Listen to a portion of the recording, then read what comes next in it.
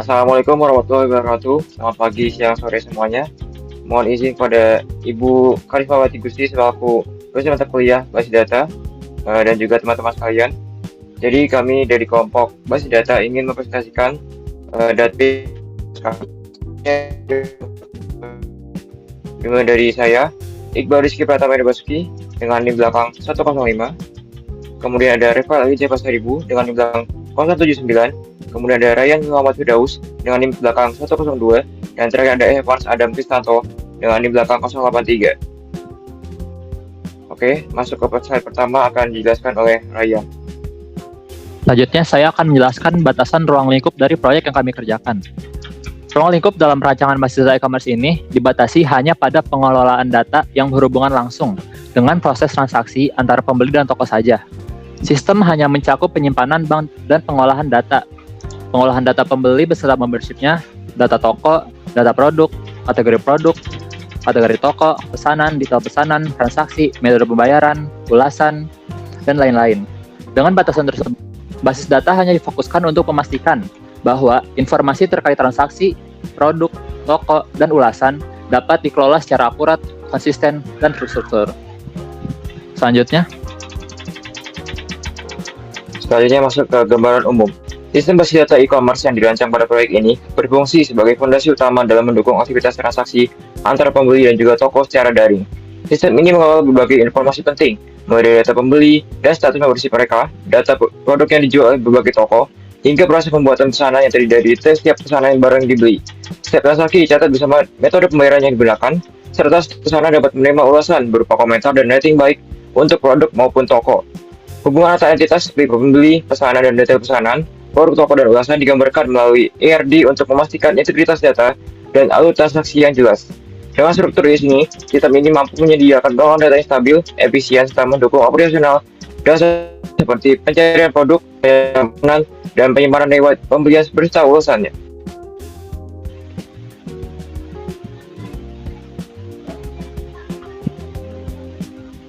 Lanjut, ada entitas. Untuk merancang sebuah basis data yang terstruktur, langkah pertama yang dilakukan adalah mengidentifikasi entitas-entitas yang terlibat dalam sistem. Entitas merupakan objek atau komponen nyata yang menyimpan data penting dan memiliki peran dalam proses bisnis. Setiap entitas mewakili tabel dalam database dan digunakan untuk memodelkan objek seperti pengguna, transaksi, produk, maupun elemen pendukung lainnya. Entitas yang kami gunakan dalam database ini ada 15, yaitu pembeli, membership, pesanan, transaksi, tipe pembayaran, detail pesanan, produk, toko, kategori toko, kategori produk, ulasan produk, ulasan toko, dan menjual.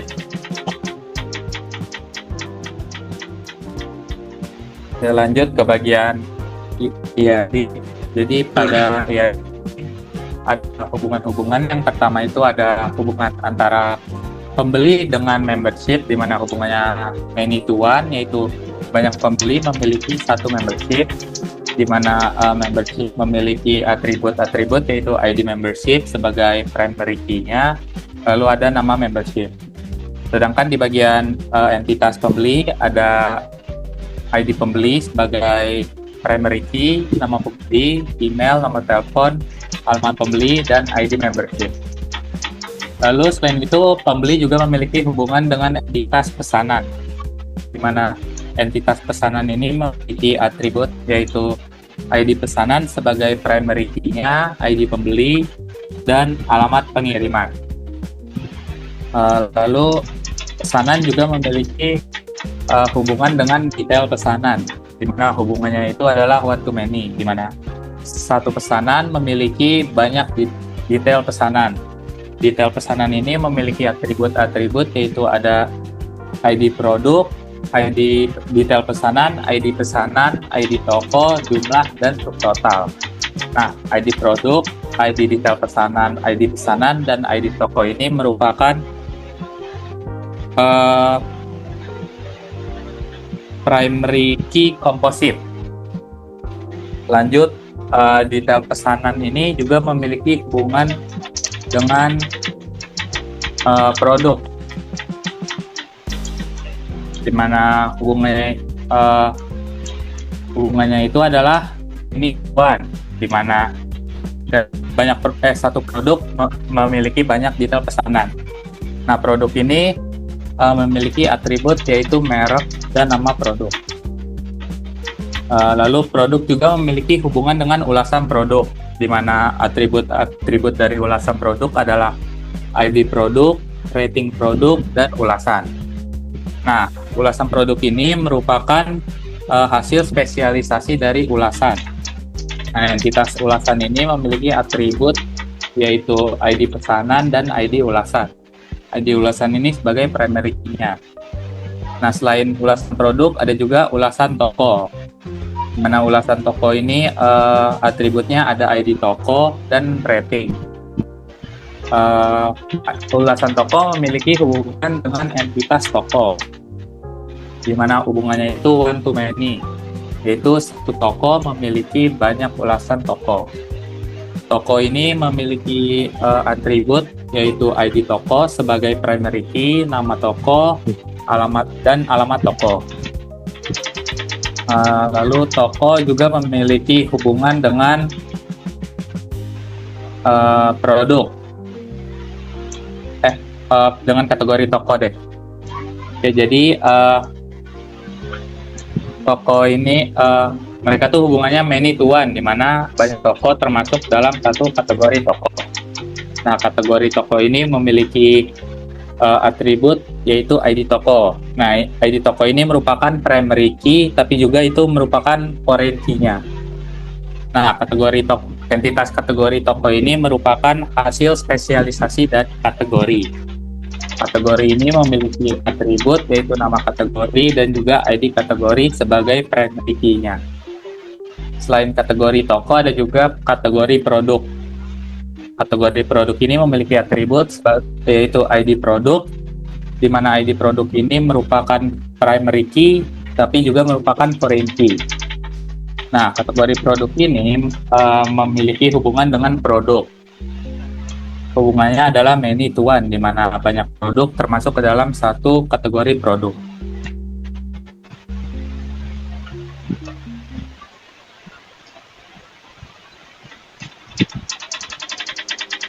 Selanjutnya saya akan menjelaskan dengan lebih detail tentang kardinalitas yang sudah ada pada RD tadi. Sebelumnya, kardinalitas adalah aturan yang menjelaskan jumlah maksimum hubungan yang dapat terjadi antara satu entitas dengan entitas lainnya dalam sebuah RD. Kardinalitas menunjukkan berapa banyak satu entitas dapat berelasi dengan entitas lain, sehingga itu merancang database yang konsisten dan sesuai dengan kebutuhan sistem. Kardinalitas pada RD kami adalah sebagai berikut.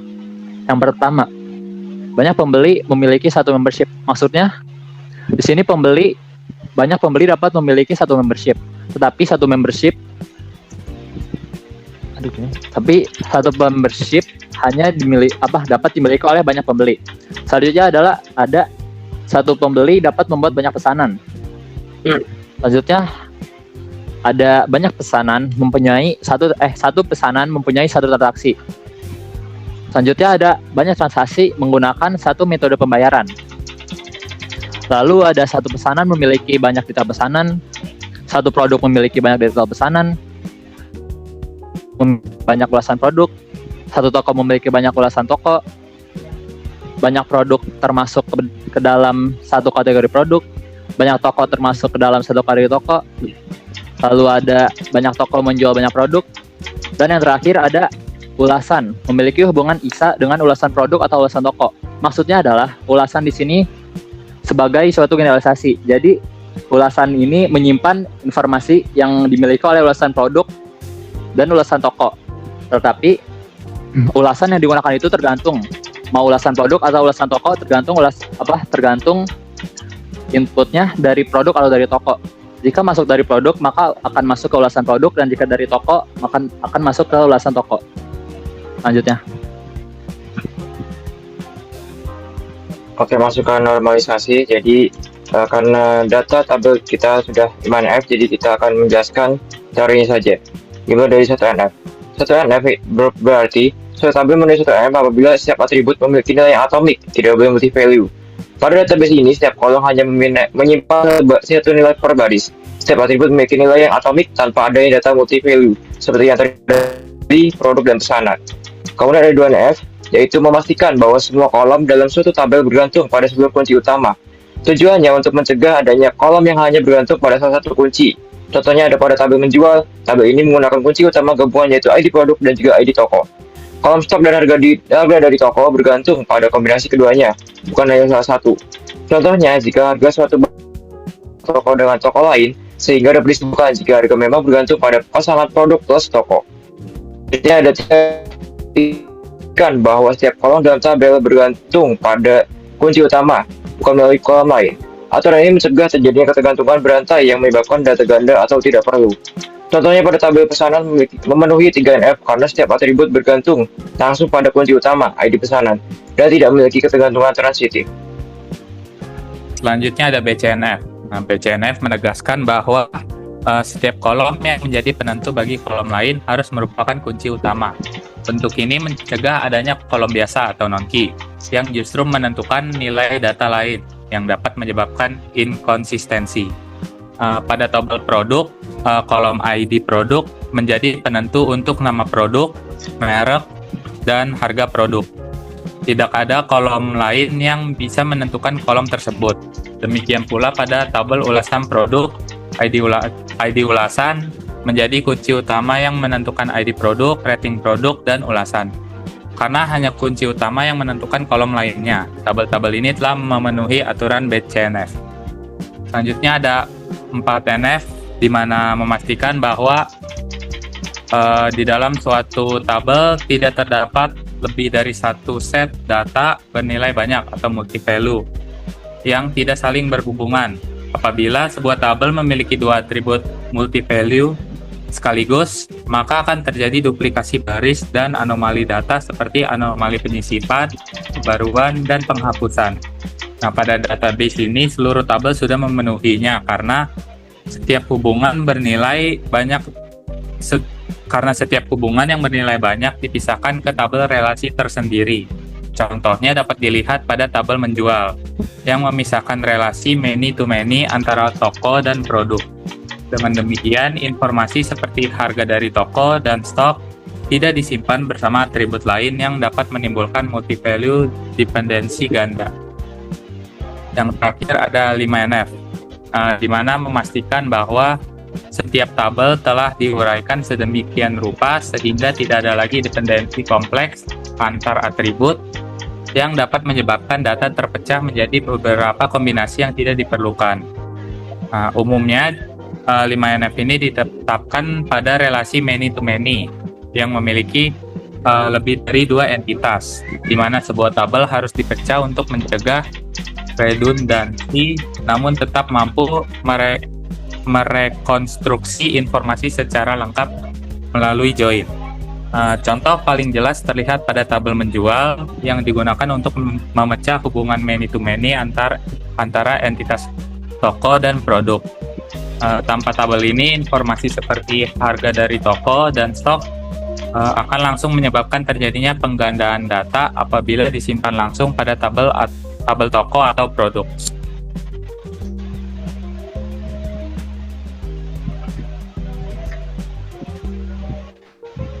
Selanjutnya ada denormalisasi.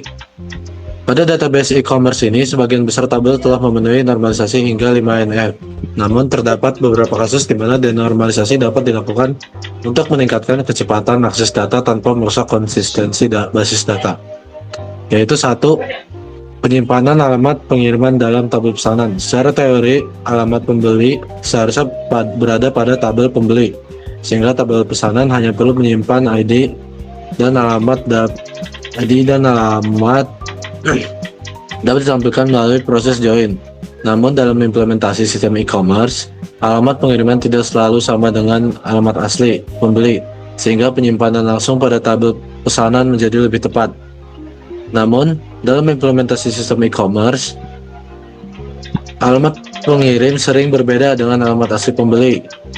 Lalu, satu pembeli bisa melakukan banyak pesanan masing-masing dengan alamat pengiriman yang berbeda. Selanjutnya ada menyimpan alamat pengiriman langsung di tabel pesanan membuat proses checkout dan pencetakan resi lebih cepat. Jadi, alasan denormalisasinya adalah menghindari join tambahan ketika mengambil data pesanan, memungkinkan alamat pengiriman berbeda pada setiap transaksi, mempercepat proses checkout, pencetakan resi, dan pelacakan pesanan, lalu menyimpan riwayat alamat pengiriman secara akurat sesuai kondisi saat pembelian. Selanjutnya ada penyimpanan harga dari toko. Normalisasi pada bagian ini dilakukan untuk meningkatkan efisiensi proses transaksi dan mempercepat data pada sistem e-commerce. Meskipun secara teori informasi harga dapat ditampilkan pada tabel terpisah, namun pada penyimpanan harga langsung pada tabel, namun pada praktiknya penyimpanan harga langsung pada tabel menjual lebih sesuai dengan kebutuhan operasional. Hal ini karena harga merupakan informasi yang bergantung pada hubungan antara produk dan toko. Jadi alasan dan normalisasi dalam kasus ini adalah karena setiap toko memiliki yang berbeda untuk produk yang sehingga memang menjadi yang melekat pada relasi antara produk dan toko. Yang kedua, query menjadi jauh lebih cepat karena sistem tidak perlu melakukan join tambahan ke tabel harga atau riwayat harga, hanya untuk menampilkan harga di sebuah toko. Lalu yang terakhir adalah mempermudah proses penampilan katalog toko, karena harga langsung tersedia dalam tabel yang sama dengan ID produk dan ID toko, tanpa harus mengambil data dari tabel yang lain. Oke, sekian presentasi dari kelompok kami. Kurang lebihnya mohon maaf. Terima kasih telah menyimak dan juga menonton sampai habis. Terima kasih. Assalamualaikum warahmatullahi wabarakatuh. Oke, tadi sudah dipresentasikan oleh rekan kami dan juga saya mengenai teori dan juga rancangan dari basis data. Selanjutnya kami akan mendemokan dari demo SQL-nya yang akan didemokan oleh Evan dan Christoph. Untuk saudara Evan, silakan. Oke, jadi untuk sebelum mulai, mari kita membuat database-nya. Saya sudah ada di saya tinggal copy paste. Ini saya sudah membuat database bernama e-commerce. Langsung saya pakai dan saya akan membuat tabelnya.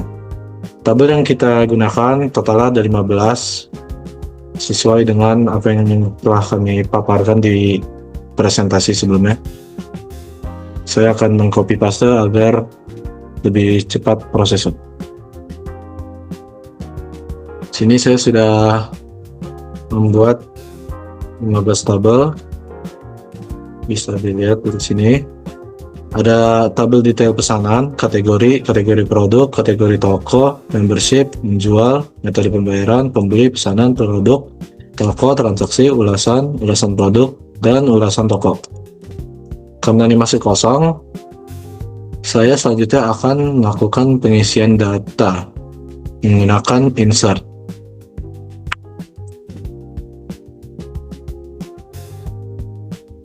Setelah saya insert, ini bisa dilihat dalam tabel kategori saya isi dengan mulai dari sini dulu, membership. Dalam tabel membership saya isi dengan ID-nya serta namanya itu silver, ada gold, ada platinum.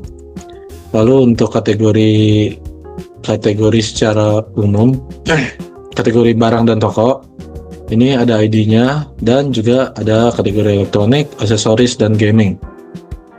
Untuk pembeli, saya memasukkan tiga pembeli, ada Andri Saputra, Budi Rahman, dan Citra Lestari dengan membership masing-masing, alamat masing-masing, nomor telepon, dan ID-nya masing-masing.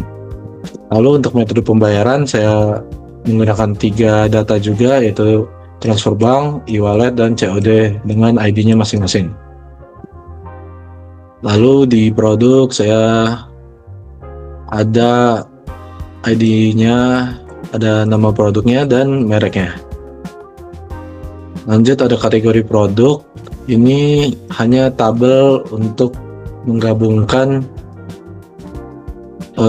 tabel produk dengan tabel kategori yang sebelumnya sudah dibuat di atas tadi.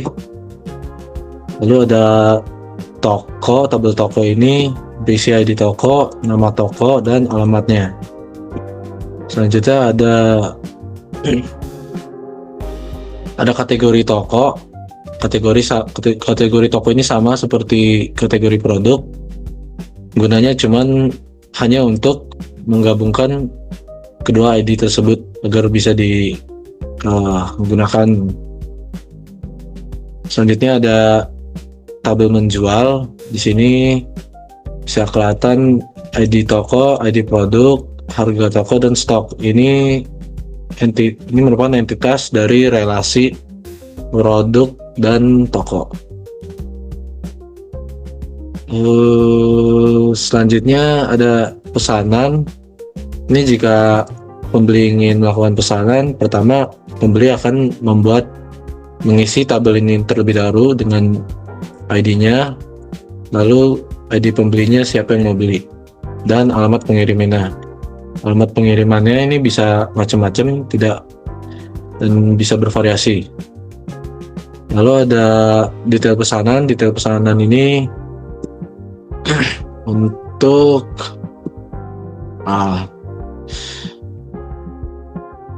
mengisi apa saja yang pembeli masukkan dalam keranjang atau barang yang ingin dibeli pembeli sesuai dengan ID pesanannya. Di sini ID pesanan dan ID detail pesanannya bisa sama, asal ID produknya berbeda dan ID tokonya juga berbeda.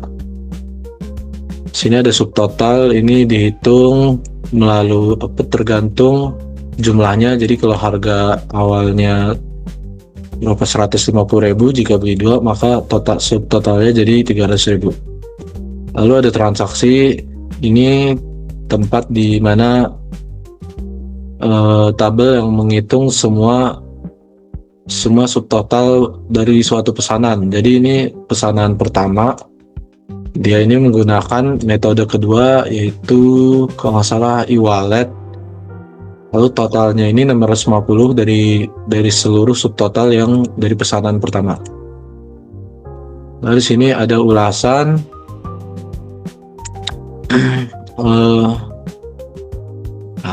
Ulasan ini gunanya hanya untuk menggabungkan ID ulasan dengan ID pesanan. Lalu ada ulasan toko yang digunakan untuk memberi ulasan pada toko yang hanya berupa rating. Dan terakhir ada ulasan produk. Setelah pembeli melakukan transaksi, ia dapat melakukan ulasan produk, ID produknya melalui ID produk dan melalui ID produk. Di sini ulasannya berbasis rating dan juga berbasis teks. Selanjutnya saya akan demonstrasi sedikit database query language yang dimana kita select. Boleh dipertanyakan? Oke bang, jadi gini bang, mau nanya, gimana sih bang cara nampilin pembeli yang punya membership gold bang? Oke, gampang. Caranya gini. Ini query-nya tuh ini. Pertama kita select apa yang mau diselect dulu. Di sini saya mengselect ID pembeli, nama pembeli, email, dan nama membership. Nah, ini saya pertama selectnya dari tabel pembeli, lalu saya joinkan dengan membership. Yang patokan joinnya itu ID membership. Terus untuk mencari apanya gold, ini kita menggunakan where, nama fieldnya apa, dan sama dengan gold. Maka kalau saya run, hasilnya boom, sini gold. Apa sudah terjawab Mas Iqbal? Oke bang, makasih banyak bang. Oke, di Krayan boleh nanya di Krayan. Cara lihat produk yang harganya lebih dari 150.000 gimana bang? Itu gampang ya. Itu gampang, mirip dengan sebelumnya. Tapi di sini saya selectnya dari tabel menjual, soalnya yang mencakup data-data harga produk itu di tabel menjual. Di sini tinggal saya tulis where, yang dimana harga dari toko itu lebih dari 150.000.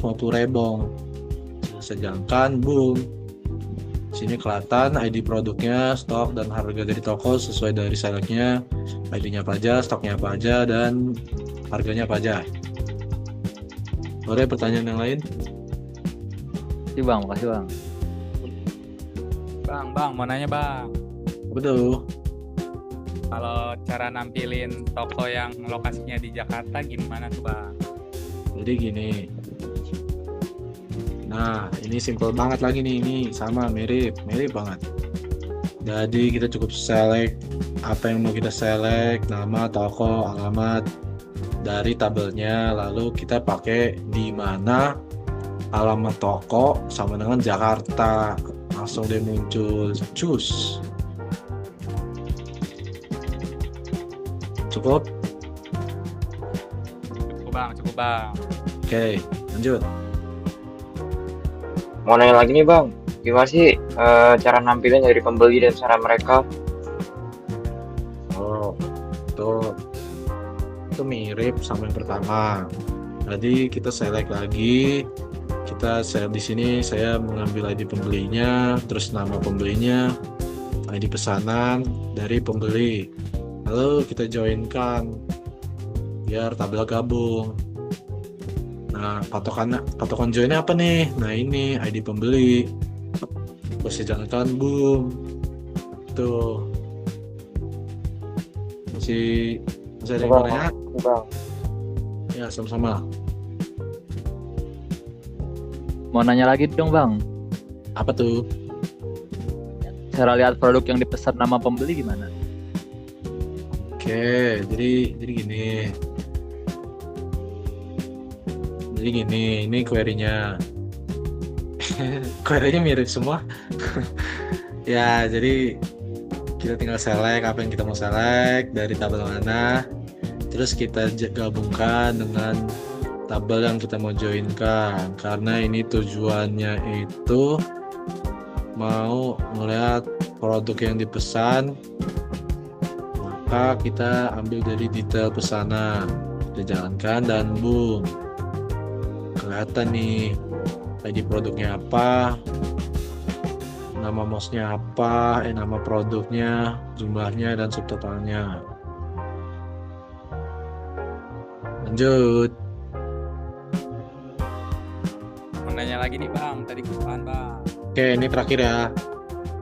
Ya, cara nampilin nama toko sama rating ulasan tokonya gimana tuh bang? Oh, gini. Lagi-lagi kita pergi join. Kita select ID tokonya, kita select nama tokonya. Terus kita select juga rating. Nah, ini kenapa sih? Saya belum jelasin. Ini kenapa sih ada T, ada UT. Nah, ini nih namanya alias kalau nggak salah. Ini buat singkatan. Jadi daripada saya nulis ulang-ulasan toko, saya cukup tulis UT. Saya tulis UT. Oke, saya coba run, boom. Sini karena masih baru ada satu pesanan doang, makanya nongol si tag nomor doang. Ini kebetulan tag nomor tinggal 5. Sudah ya. sekian demo dari rekan saya yaitu Evan Adi Santo. Semoga dapat menambah wawasan kita dan sekian dan terima kasih.